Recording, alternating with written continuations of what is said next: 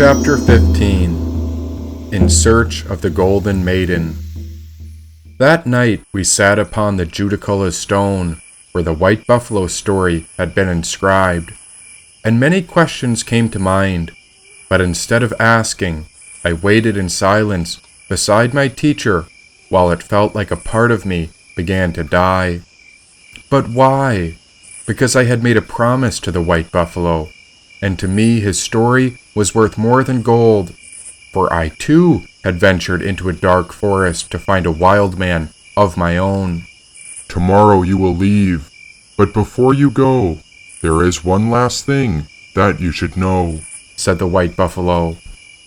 I could barely speak, and in that silence I accepted his command, for as much as he had been through, it was time for me to depart and become a man. The way in which the world works is mysterious to all, but it is our true nature that we do everything to support those brave souls who answer the highest call. Upon this path, there will be pitfalls and promises, and although I will not be by your side after this, I'll always be watching over, no matter what anyone else says. And when things get hard, my spirit will provide help. All you have to do is think or say, "White Buffalo," 3 times. Then I'll send you magical blessings to help you out. And the last thing you should know is that auspicious things tend to happen in threes. If you're ever stuck upon the journey, just remember, all problems and roadblocks can be solved by the power of 3. So if you get to one kingdom and fortune goes against you, or you happen to get caught, think in terms of 3s, and that way you'll never get lost. As I've told you my most sacred story, next it is time to discover yours, my friend, my dearest student, by taking this promise when no one else would accept my conditions, why you have made me feel the highest honor. It takes bravery to go off alone, so do not be dismayed. No matter what happens, you'll find that even the worst problems will change, said the white buffalo. Laying upon the rock, I did not want to close my eyes, for when morning came, I would have to leave the white buffalo as he would no longer be by my side. My teacher, my guardian, I have loved every part of your story, but before I go to bed, can you tell me one more tale or bedtime allegory? Of course. There's the crow in the pitcher, which is perfect for this instant. One day a thirsty crow was out looking for water, and it saw a pitcher in the distance. It flew over to it, and as the crow tilted its head inside, he was relieved to see water in it. But as he tried to get a sip, the water was so close to the bottom, and so no matter how he strained and struggled, the crow could not reach down to it. He tried to overturn the pitcher, in hopes it would turn on the ground, but the crow was not strong enough, and then he looked out to see if any other animals or people were around. It seemed the crow was all on his own, and just then he saw some pebbles lying near, so he picked them up, one at a time, and dropped them into the pitcher. As the pebbles filled the pitcher, the water gradually rose until it was level to the top, and at last the crow began to drink, because his determination never stopped. The moral of this story is that our journey through life will push us to great lengths, and if you use your mind correctly, you can do more with it than you could with bodily strength, said the white buffalo. With that I began to rest, and just before I closed my eyes, there was one last question that came to mind. Where will I go first, if I am to begin this journey and find the great garden? Where must I look, and where must I start from? Start with your parents. Go back home. From there you will say goodbye to become a man, and then you'll know which way is best to venture into the unknown, said the white buffalo. But my mother passed when I was young, so I have a stepmother now, and my father is also a noble man, and so I'll head home tomorrow. I laid against the white buffalo as I felt his fur against my back, and then I had an idea I had to write down, because by morning I would have forgotten it or lost track. And so I took out my storytelling notebook and wrote, "Another day of beauty. Another day we are blessed. Another miracle before me. Let us not forget. And if the demons in the mind stir up, then I'll sit beside them and make us all a cup of tea. Oh, settle down, rambunctious spirits. Tomorrow is another day. I will try to set us all free. Another day of ups and downs. A new day upon a great quest. Even if we were to die tomorrow, it's still a miracle, so let us not forget." The wind swept past, and the moon was so beautiful and bright. Thank you, God, for this story I write. Thank you for these fables of the night's life of starlight. When I awoke, I turned to hug the white buffalo, but he was gone. I woke up alone on Judicolor Rock and looked everywhere, but there was no sign of him. As I sat in stillness, I took it all in. I had made a promise to my best friend, and so today a new adventure begins. While I walked home, I thought of my father and my stepmother. And since my father was a merchant, why, the last time I was home, he hired a tutor to take care of me. They wanted to teach me to be a good boy of the world, but that's what led to my escape in the forest. Not only that, but my stepmother also thought of me as very attractive. If the white buffalo said home is where I start, then home is where I shall go, and after a 3 days walk, I arrived back home. And so there is a saying that supports everyone's family calamity, and so it goes. If you think you're enlightened, just go spend a week with family. I loved my home, but I was different than most, and as I grew older, I would often depart without telling anyone, much like a ghost. The world went on around me, and I didn't feel connected to the modern ways. And so when I got over the next hill, I saw the home where my family stays. It was a beautiful homestead upon a vast ocean. So many people would do anything to live here, but for some reason, I was not one of them. As I walked up to the door, I gave it a knock. Well, why wait? And so I walked in when I twisted the knob. "Hello, everyone." "Where have you been?" asked my stepmother. "I went into the woods to find my soul." "Well, that's nice, darling. Welcome back home," said my stepmother. Stepmother was a kind way of putting it, because it's a code word in many fairy tales. It represents the poison side of the Great Mother, and once my mother passed, my father married her. "You've been late on your homeschooling. Time to get back to your assignments. Now what were you studying?" asked my stepmother. "Oh, right. The tutor was going to teach me how to fish." "Okay, well, if that's what you've been learning, then the tutor will take you to the dock," said the stepmother. My father was gone, and the tutor was just here for a bit of money. No one cared what lessons I learned, and I often zoned out while I studied. I walked with the tutor to the dock, and we sat in the sun. No need to go fish today, since there was a new journey I was about to depart upon. Then about 2 in the afternoon, we saw something moving on the horizon. There was a convoy of about 30 ships, and they were heading in. As they got closer, all of the boats were silver, and each held a beautiful woman, except for one that was gold, and that boat had a fantastically beautiful and golden maiden. The fleet got close, and there they parked their boats. Then the women came forth, when the golden maiden came forth and spoke. "You there, boy. Who art thou? Are you James?" she asked. Wait, how did she know my name? I swallowed my tongue. Why, she was the most radiant-looking one. Yes, I had seen her in my dreams. This was the muse from the garden. I am James, and who are you? "I am the Golden Maiden, and my intuition set me out upon the sea. Now is the legend true?" asked the Golden Maiden. The legend? Oh, could it be? Then the tutor cut me off. No legends here, ma'am. I'm teaching this young man. He's in school, you know, studying to be a businessman. "So should we keep sailing, Or is the James in this legend not you? asked the Golden Maiden. Well, what's the legend? Maybe I can help and join your crew. Tell me more.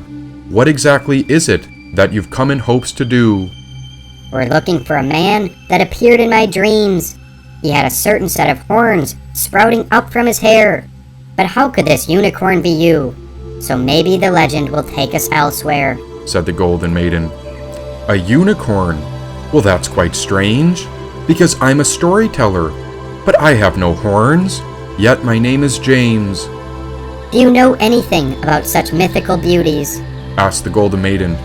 I do. Why, I was just with the white buffalo, and he had horns, and let's go, said the tutor, who began to yank me off the dock.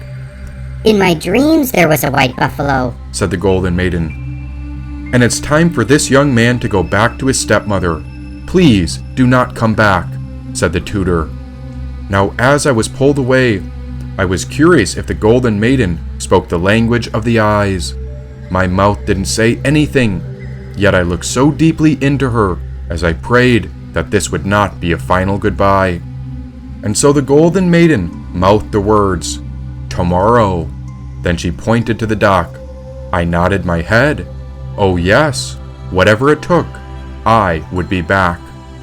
When my father came home from work, we all had dinner together, and I ate my food so fast and ran to my room because I could barely keep my excitement together. And that night, when the night's life of the starlight came out, I wanted to sneak to the dock to look and see if I could still see her boat.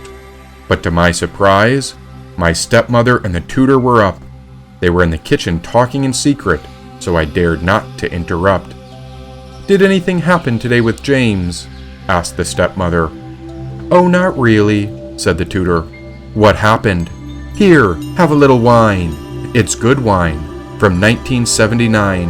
Now tell me, what happened? Said the stepmother. Well, about 30 or so boats came by, and they all had beautiful women on board. They were quite interested in James, but I pulled your son away and made sure the encounter was short, said the tutor. Oh, is that so? And what did they want? Asked the stepmother.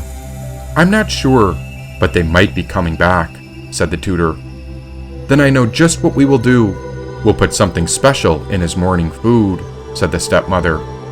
They stayed up late drinking, but I didn't hear much more, and so I went to my bed, because tomorrow I would make sure I got to that dock, because I'd do anything to see that golden girl. When the next day came, I woke up for breakfast and ate rather quick. See ya! Got to learn more about fishing, I yelled as I left the door in a rush. But I really was in search of ships. Now the tutor came after me, and just to my luck, I saw the 30 ships coming over the horizon. But suddenly I felt so tired, and all I remember is that my eyes started closing. When the 30 boats arrived with the Golden Maiden, I could only hear them as if they were in my dreams. What happened to James? Why isn't he awake? Asked the Golden Maiden. Looks like he's fallen asleep, said the tutor. We shall give him one more try. But tomorrow, if he is not present for me, then I will know the legend isn't here, and so there will be other places we will try, said the Golden Maiden. By the time I awoke, I drooled on the dock. A seagull had been sitting on me while the waves continued to rock. I looked to the horizon, but now it was sunset. Oh my goodness, had I missed them? What the heck? I ran inside, and dinner had already been served. You were quite sleepy, so we left you some food in the fridge, along with dessert, said the stepmother. But how could I eat? And so I stayed up most of the night thinking. I'd go back tomorrow to see if she'd come back so that I could explain what the white buffalo had told me, as I'd share it with the Golden Maiden. That night, I crept down the stairs, and again, my stepmother and the tutor were sharing wine. I hid by the stairs, totally disguised. You like the wine? This bottle is from 1969, said the stepmother. Very nice, said the tutor. And so it worked just as we discussed. said the stepmother. "Oh yes, very much. But she's coming back. That golden maiden is quite curious about your young man, and she said she's coming back," said the tutor. "Then again, we'll stick to our plan," said the stepmother. As I went back to my room, I was overjoyed. She would be back one more day. Oh, thank you, Lord. When I awoke the next day, I was extra careful that morning, and so my eyes scanned the entire house as I carefully ate my porridge. "How's your fishing been?" asked my stepmother as she leaned in for a kiss. "Gotta run. This is a lesson I cannot miss." I sprinted out the door, and there I waited at the dock. I heard the tutor coming when I saw 30 great ships coming over the horizon at 12 o'clock. And just when I got so excited, my eyes got so heavy, and I felt my body drop. Now in dreamland, sometimes we can hear voices from the world, and so while I slept, I dreamt of the ships approaching as I waited for that beautiful golden maiden girl. This time when the ships arrived, I even heard her cry out. I can't believe James is asleep. That's when I heard someone else walking up the dock, and so my stepmother came forward where her and the golden maiden would meet. "Now you get away from my boy. He's mine, and I'll do as he's told. I'm not going to let him get seduced by a hooker like you with all your gold," said the stepmother. Excuse me? Said the golden maiden. "Be gone, wild woman. You're not welcome here. Go back to wherever you came from. Please never come back. So this is your last chance to disappear," said the stepmother. Then tell James he has missed his chance to marry me, as I am the only one with unlimited spiritual gold. Tell him if he wants to marry me, I'll be in my kingdom across the ocean. Do you promise this is what James will be told? Said the golden maiden. Just then, one eye lifted, and I could see my stepmother standing in between the golden maiden and I. Her fingers were crossed behind her back when she lied. "I promise," said the stepmother. "And say, where's your kingdom anyway? What's it called?" It's called 9 times 3 plus 1, and it's where wisdom and wonder are enthralled, said the golden maiden. 9 times 3 is 27, and plus 1 equals 28. I had no clue where that was, but a clue is all I needed while my body was still asleep. And so the ships went, and my body couldn't move. My mind had heard everything, and by a power beyond my control, I had become a fool. When I awoke, I stumbled to dinner, and I knew something had gone wrong. "Hey, Ma, where's the porridge from this morning? Looks like we didn't have any left. We must have ate it all," she said. "Ah, I see." Then later that night, I crept down and checked the garbage. There I found the porridge, and I knew what they had done. When my father takes long trips, he often can't sleep when he's home, and so I knew that the porridge was laced with sleeping pills. Oh, my perfect chance for a real ecstatic relationship was before me, but now she sailed across the sea, and my chance was gone. And so I waited for one more day, but the ships never came back over the horizon. My stepmother and the tutor had betrayed me, and when I realized this, a thought came to mind in the form of a fable, and so I listened to a whisper from afar, as if the white buffalo spoke, where I learned the story of the crow and the sheep in the stable. A crow flew into the barn, while all the animals had been asleep, and this crow was up to no good when it started picking at the back of the sheep. "What do you think you're doing?" asked the sheep. "Oh, I just want to pick on you, because why not? You see, I'm a free bird, but it is you who are trapped and caught," said the crow. "But had I been a dog, you would not have dared to treat me like this," said the sheep. "I know," said the crow, "but I have sense enough to know with whom I am dealing.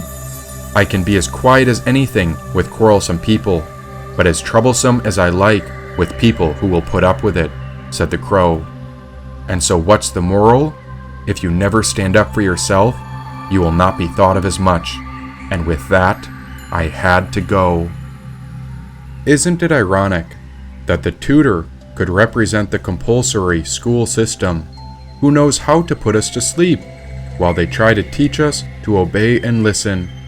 And while we're asleep, we often miss our one and only chance at ecstatic freedom.